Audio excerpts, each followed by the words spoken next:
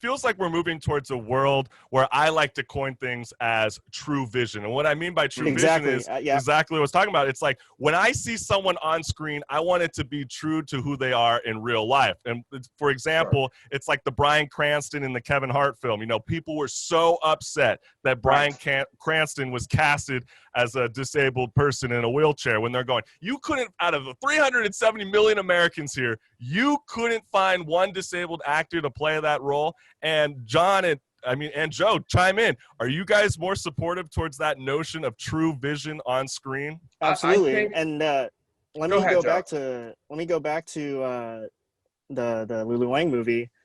Is that movie going to be in true vision if it's not directed by someone who has a deeper understanding of Chinese culture? So, you know, like.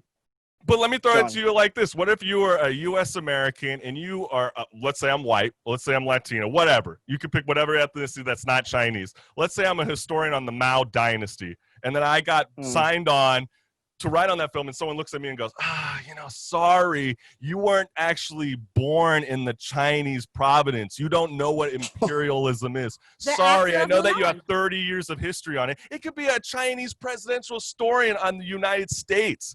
And you're going to oust them out because of their skin? I think and that happened in Milan. Milan, she's from a different Chinese province, and there was back talk about that. Because she's Chinese, but she was a different province. I mean, let me throw this out to both of you guys. Because I have this thing where it's like everybody is so hampered on the United States not being diverse enough when it comes to storytelling in cinema. Yes. I would say the complete opposite. Okay. We are so diverse when it comes to cinema. And, you know, and you don't see Chinese films. You don't see, like, European films, for a matter, or Muslim films trying to actually bring in other people of color into their film. You see Latina films pull it off. You see all the time that you got an African on screen, or black man, or, a white person speaking Spanish. Why is it that it's always the United States that's getting hampered on, is like they need to do more with the storytelling on screen? So, John, you look like you're jumping on. Yeah, man. The nature of the U.S., because we are this big melting pot, and because we are this melting pot, unlike Mexico, where if you see most people, your neighbor's probably going to be Mexican. If I live in China, my neighbor's probably going to be Chinese.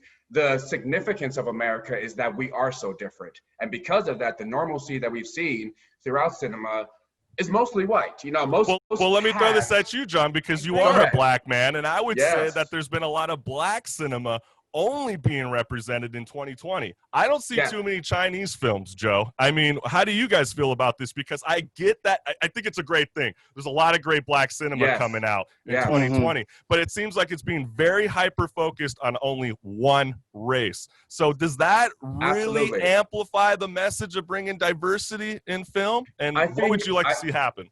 I feel you, Chris. I think that Black people, I'm going to speak candidly, Black people can be very vocal, and we have been, and our history shows that we have been. And I think it can lead to other cultures really getting the attention that they deserve, because even recently with the Black Lives Matter movement, it has led to different shit being brought up in our world and society that needs attention.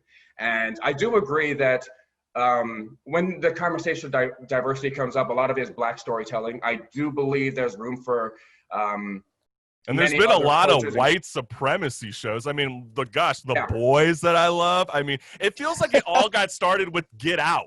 I mean, Get Out created that kind of fear, right? But now it feels like it's being overplayed, you know? And I don't know.